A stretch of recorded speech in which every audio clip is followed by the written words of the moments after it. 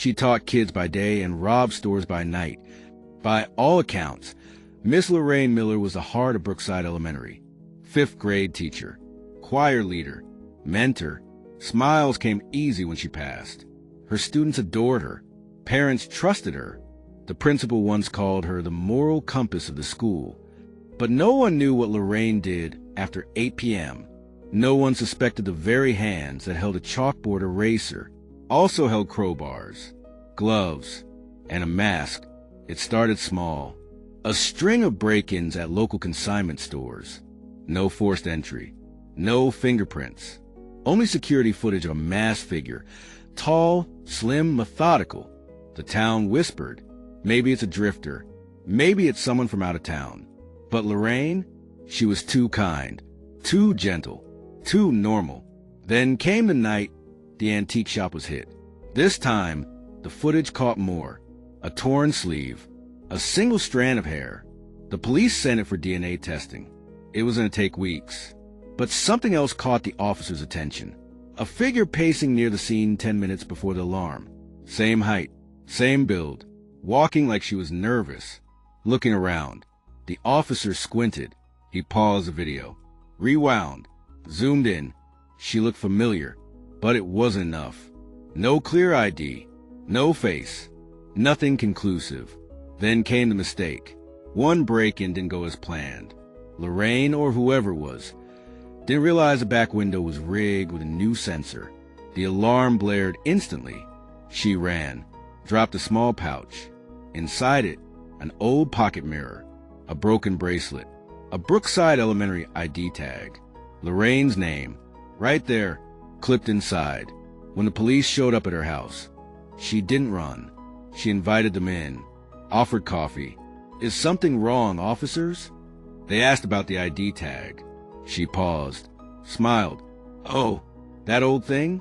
I lost it weeks ago. Probably fell out of my purse. They asked where she was the night of the break-in. At home, grading papers. Anyone who could confirm? My cat. They didn't arrest her. Not yet. But eyes turned. Teachers whispered. Students stared longer in the hall. Then came another twist. The DNA test came back. It didn't match Lorraine. It belonged to her cousin, Melody. Melody had a record. Minor thefts.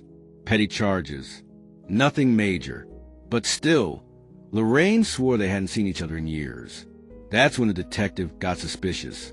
He dug deeper, checked security footage again, and in one blurry frame, he noticed something odd. A bracelet on the masked woman's left wrist. The same broken bracelet found in the drop pouch. But Melody didn't own that bracelet. Lorraine did. It was in an old yearbook photo, worn at school functions, even spotted on her Facebook from 2 years ago. Why lie about Melody? Why plant the ID tag? And most of all, why steal?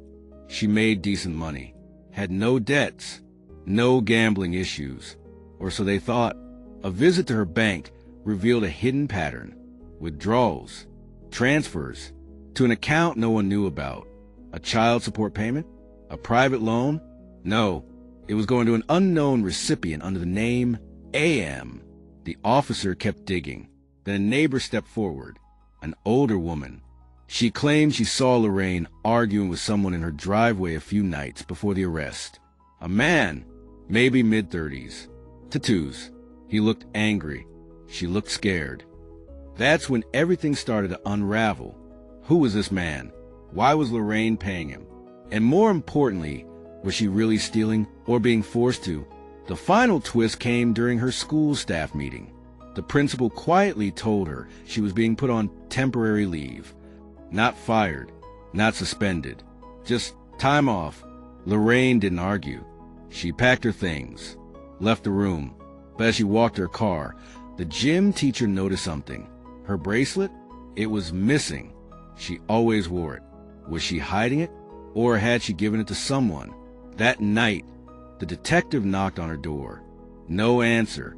He came back the next morning. Still nothing. A neighbor said she left in a rush. Didn't say goodbye. Just drove off.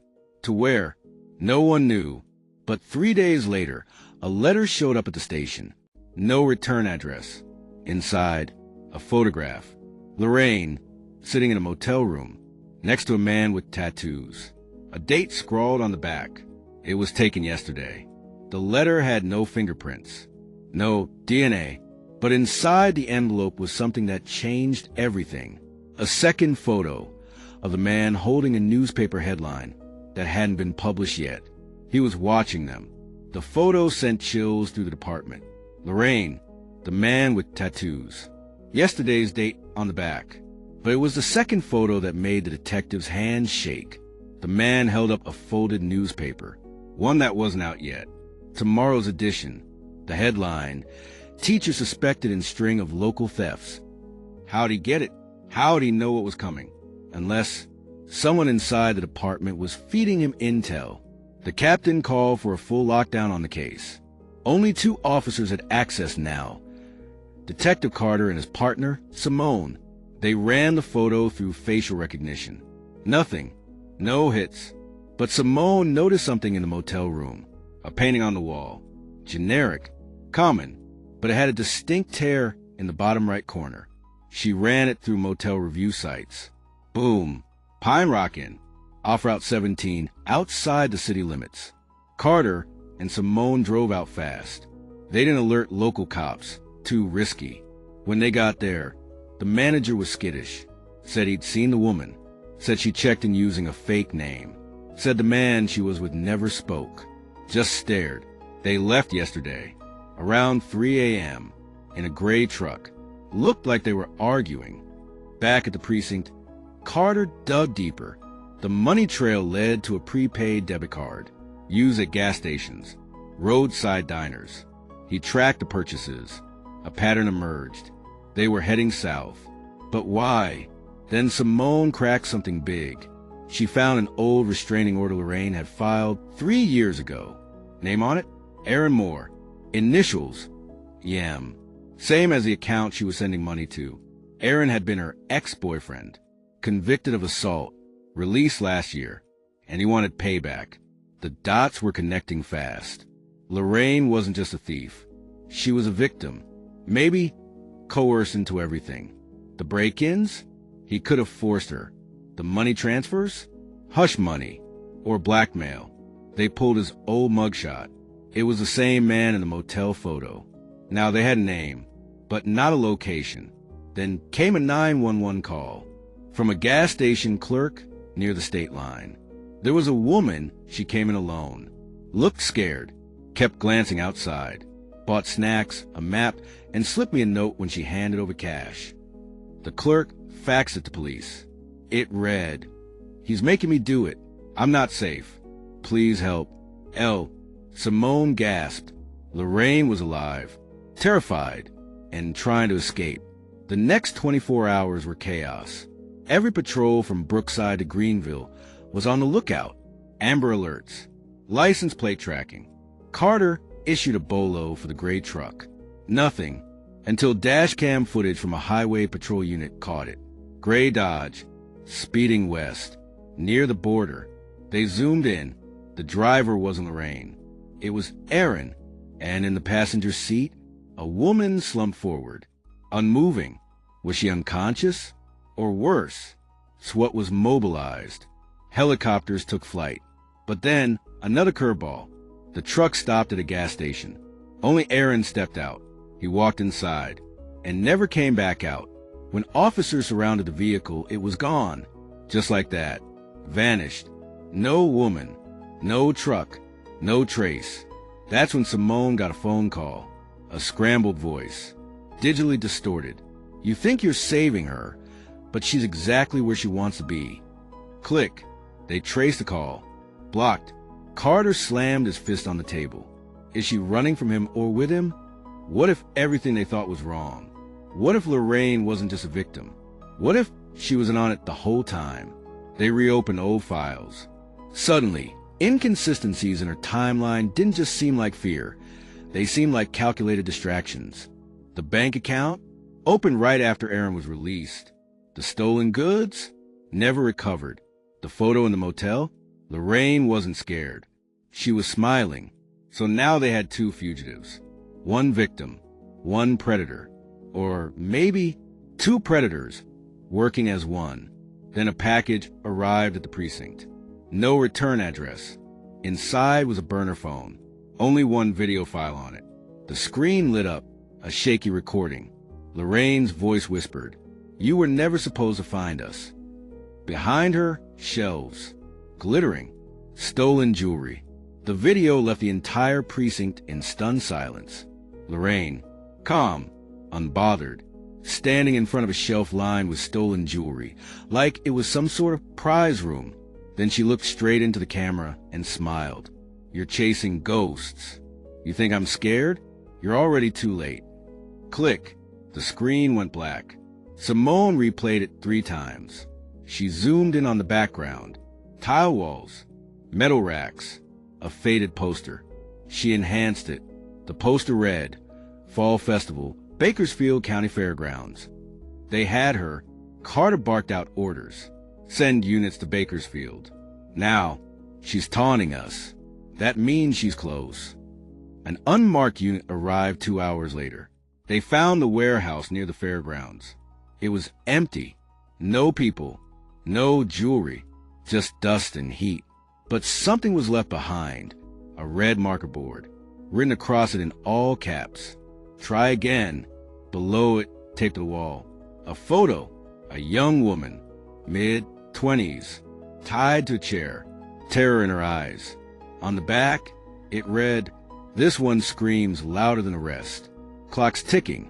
Simone's blood ran cold. This wasn't just about Lorraine or Aaron anymore. There were others. Carter's voice dropped to a whisper. "She's not just stealing. She's kidnapping." Suddenly, Lorraine wasn't just some disgruntled school teacher with a dark side. She was a coordinated criminal, a planner, a manipulator, and worse, she was enjoying it. They dug into the identity of the woman in the photo. Her name was Jamie LaRue, a 26-year-old nursing student from South Carolina, reported missing 3 days ago. The timeline matched. But how did Lorraine know her? Why target her? Simone found something chilling. Back in 2015, Lorraine had been a patient at a mental health facility after her mother died. Guess who else worked there as a part-time assistant? Jamie LaRue. This wasn't random. Lorraine was selecting victims from her past. Anyone who wronged her, dismissed her, forgot her, they were all potential targets. Carter said what no one wanted to admit. She's building a revenge list. Then a breakthrough. An ATM camera caught a blurred figure withdrawing cash in Georgia. Facial match. Aaron Moore. He was alone, nervous. Police zoomed in on the bills, marked with invisible ink. They were from one of the heists. That confirmed it. They were still spending the stolen cash. Simone noticed something else. Aaron kept glancing toward a parked car in the footage. Inside, someone wearing a school hoodie.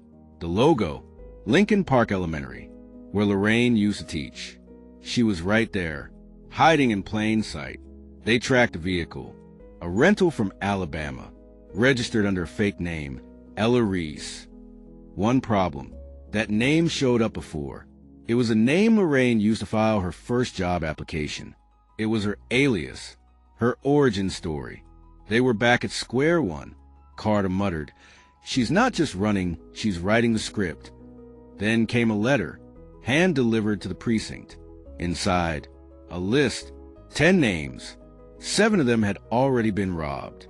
2 were missing, and one, Simone Rivers. Carter stared at her. "No way this is random." Simone nodded slowly. "I taught her younger brother. Years ago, he was expelled for theft. She blamed me. It was personal. The clock was ticking. Every minute they hesitated, another victim might disappear. Then Carter's phone buzzed. A gas station clerk outside Atlanta reported something strange. A woman matching Lorraine's description had left behind a child's drawing. Crayons, notebook paper. It showed a stick figure behind bars. And another one smiling, holding keys. The name Simone was scribbled in the corner. It wasn't just a taunt. It was a threat, a promise. She wasn't running. She was circling back. To them. The security team at Simone's apartment complex called. They found something taped to her door, a USB drive, only one file. She plugged it into her laptop and froze. On the screen, a live feed, Lorraine, in a dark room, holding something in her hand, a school ID, Simone's school ID. The USB drive had one file. Simone's hands shook as she clicked it. A live feed appeared. Dark room, dusty floor, creaking pipes. In the sender, Lorraine. She stared straight into the lens. Eyes calm, hands folded. No fear. Behind her, a woman tied to a chair. It was Jamie LaRue. Her mouth was taped. Tears streaked her cheeks. Lorraine leaned forward, voice cold as winter. You thought I was a teacher, but I've always been a student, learning who deserves to suffer. She lifted something shiny. A school ID. Simone's. You took my brother's future, Lorraine whispered. So now I take yours. Then static. The feed cut out. Simone nearly dropped the laptop. Jamie was still alive. But for how long? Carter sprang into action. We need to trace the feed. Check ping relays, camera serials, anything. Tech scrambled. They got a partial IP bounce. Northern Alabama. It was narrowing, but Lorraine wasn't done. That night, 3 more packages arrived at police stations across 2 states. Each contained a photo of a new victim, a red ribbon, and a handwritten message. Another one fails the test. The bell rings soon. Each message was signed, Ms. L. She was spiraling, but still methodical. Carter realized something chilling. These packages, they're arriving like clockwork, every 48 hours. Lorraine had a timeline, a schedule, and they were running out of time. Simone studied the footage again. She noticed something odd behind Lorraine, a chalkboard, barely visible under poor lighting, but there were markings, faint lines and curves. Simone enhanced the image. It was a lesson plan, days of the week, dates, activities. Friday was circled in red. Next to it, graduation. What did that mean? A final victim? An endgame? Simone whispered. She's planning something big. A finale. Carter pulled up old files. When Lorraine taught at Lincoln Park Elementary, she ran an after-school club, Future Educators. The final project? A mock graduation, held in an abandoned school auditorium across town. It was condemned now, boarded up, left for rats and wind. But Lorraine had always loved it there. Simone and Carter raced the site with a SWAT team. They busted in, flashlights cutting through the dark, empty desks, graffiti, broken boards. Then, a voice crackled from an old intercom speaker. Welcome, class. Please take your seats. The team froze. Lorraine's voice echoed through the halls. Today's lesson is loss. Then screams, muffled, coming from beneath the stage. They pried it open. Inside, a makeshift basement. Mattresses, chains, 2 victims alive, but no Lorraine. She was gone again, left behind on the wall. A photo of Simone as a young teacher, scribbled in red ink. Final exam tomorrow. Simone turned pale. Tomorrow was Friday, the graduation day. Lorraine was going to make Simone the lesson. As they left the scene, Simone's phone buzzed. Blocked number. Voicemail. She pressed play. Hi, Ms. Rivers. It's me, your favorite student. You always said I had potential. You'll be the star of the ceremony. I even made you a gown. Then a photo. Simone, asleep in bed. Taken last night. Simone dropped the phone. The image of her, sleeping, vulnerable, unaware, burned into her mind. Lorraine had been inside her house, watching, breathing the same air. The team swept Simone's home. Nothing. No cameras. No signs of forced entry. No fingerprints. But one thing was missing, her classroom keys. Lorraine had taken them.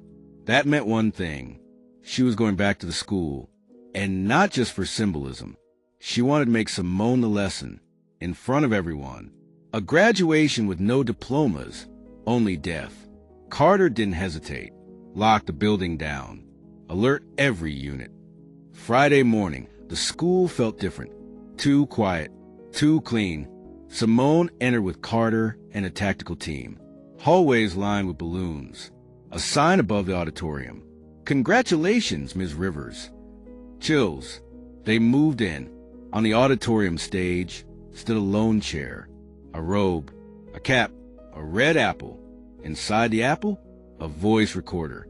Lorraine's voice played. "Welcome, students. Ms. Rivers will now demonstrate how choices have consequences." Suddenly, lights flickered. The projector turned on. A live stream.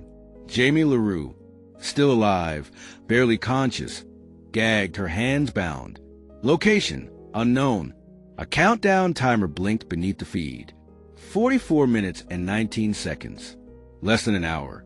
Carter worked with tech to trace the signal. Simone scanned the room. Thinking back, Lorraine had loved this stage. Theater was her escape. She remembered something. There was a hidden trapdoor, an old prop mechanism from the school's theater club. They opened it. Below, a tunnel, dust, footsteps, cables. The tunnel led under the school and out toward the old janitor's shed. They burst through the door and found Jamie strapped to a chair beside a propane tank, wired to the countdown timer. Lorraine's final act was a detonation, but Carter reached the timer with just 2 minutes to spare. Sweat pouring, hands shaking, he disarmed the explosive. But where was Lorraine? Then Simone saw the final clue. A yearbook photo on the shed wall. The caption read, "Some students never forget their teachers, even when the lesson is pain." Simone recognized the student, Trevor Langston, a boy Lorraine taught, whose brother was shot in a robbery Simone had once testified in.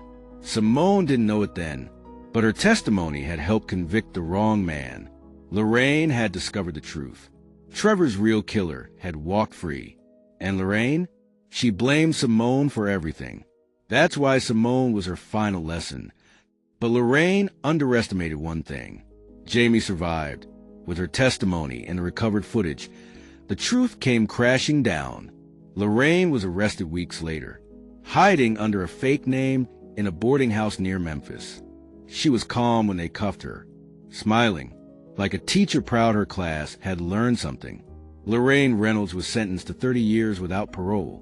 In court, she never apologized, only whispered, "I taught them justice since no one else would." Simone, she never went back to teaching, but she now speaks at criminal justice conferences, talking about how even well-meaning decisions can destroy lives. Because truth isn't always obvious. Sometimes it hides behind an A+ smile. Not every hero wears a cape. Not every villain wears black. Sometimes the most dangerous people are the ones we trust the most. Thanks for watching. Subscribe for more interesting and powerful stories.